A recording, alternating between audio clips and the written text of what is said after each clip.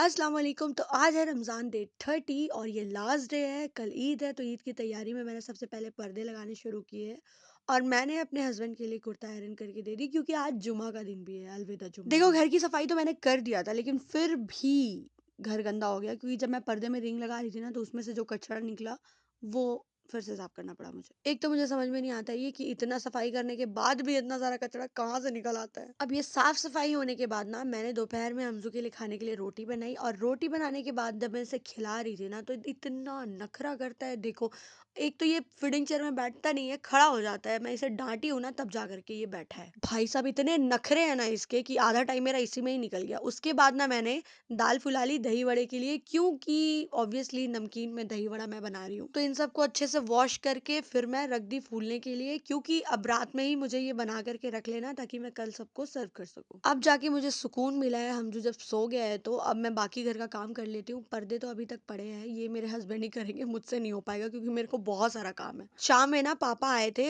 क्योंकि पापा को लाइट लगाना था मेरे बालकनी तरफ और मेरा उस तरफ का एरिया में लाइट नहीं लगा था और पापा पूरा घर डेकोरेट कर चुके थे लाइट से, तो बस मेरा एरिया बाकी था इसलिए पापा आए थे। देखो, आप नीचे दिख रहा है ना आपको, वो पापा ही लगाया है। और जो ये ऊपर इतना सुंदर सा फूल का पेड़ दिख रहा है ना, ये भी पापा ही लगाया है।